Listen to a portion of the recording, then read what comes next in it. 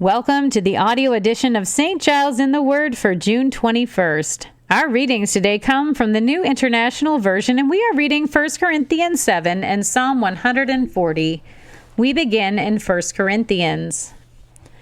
Now for the matters you wrote about. It is good for a man not to have sexual relations with a woman. But since sexual immorality is occurring, each man should have sexual relations with his own wife, and each woman with her own husband. The husband should fulfill his marital duty to his wife, and likewise the wife to her husband. The wife does not have authority over her own body, but yields it to her husband. In the same way, the husband does not have authority over his own body, but yields it to his wife. Do not deprive each other, except perhaps by mutual consent and for a time, so that you may devote yourselves to prayer. Then come together again so that Satan will not tempt you because of your lack of self-control. I say this as a concession, not as a command. I wish that all of you were as I am, but each of you has your own gift from God. One has this gift, another that. Now to the unmarried and the widows.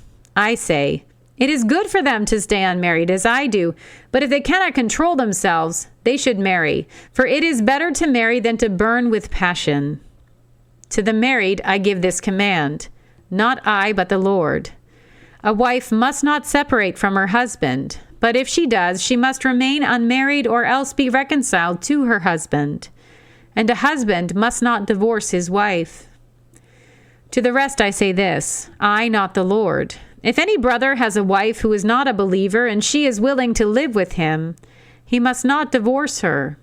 And if a woman has a husband who is not a believer and he is willing to live with her, she must not divorce him.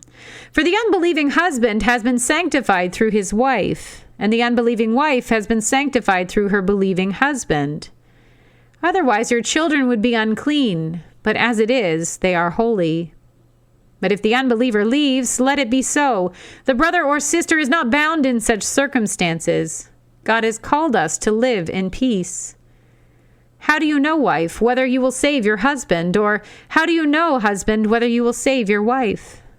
Nevertheless, each person should live as a believer in whatever situation the Lord has assigned to them, just as God has called them. This is the rule I lay down in all the churches. Was a man already circumcised when he was called? He should not become uncircumcised. Was a man uncircumcised when he was called? He should not be circumcised. Circumcision is nothing, and uncircumcision is nothing. Keeping God's commands is what counts. Each person should remain in the situation they were in when God called them. Were you a slave when you were called? Don't let it trouble you. Although, if you can gain your freedom, do so.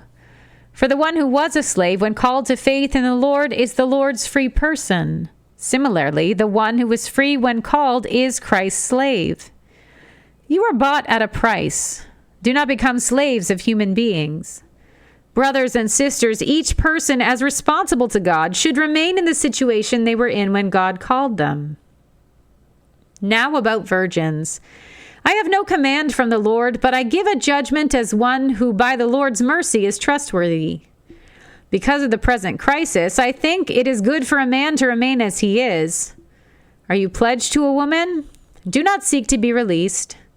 Are you free from such a commitment? Do not look for a wife. But if you do marry, you have not sinned. And if a virgin marries, she has not sinned. But those who marry will face many troubles in this life, and I want to spare you this. What I mean, brothers and sisters, is that the time is short.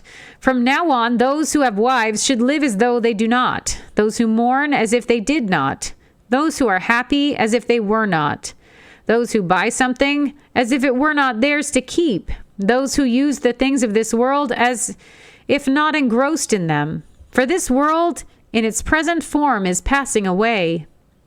I would like you to be free from concern. An unmarried man is concerned about the Lord's affairs, how he can please the Lord, but a married man is concerned about the affairs of this world, how he can please his wife, and his interests are divided. An unmarried woman or virgin is concerned about the Lord's affairs. Her aim is to be devoted to the Lord in both body and spirit.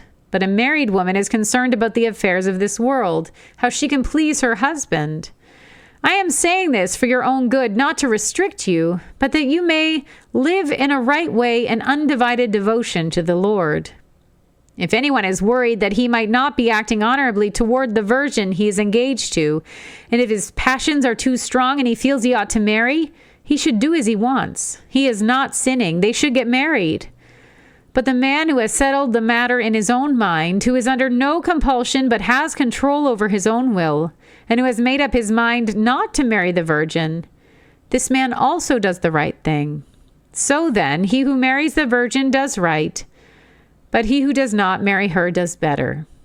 A woman is bound to her husband as long as he lives, but if her husband dies, she is free to marry anyone she wishes, but he must belong to the Lord.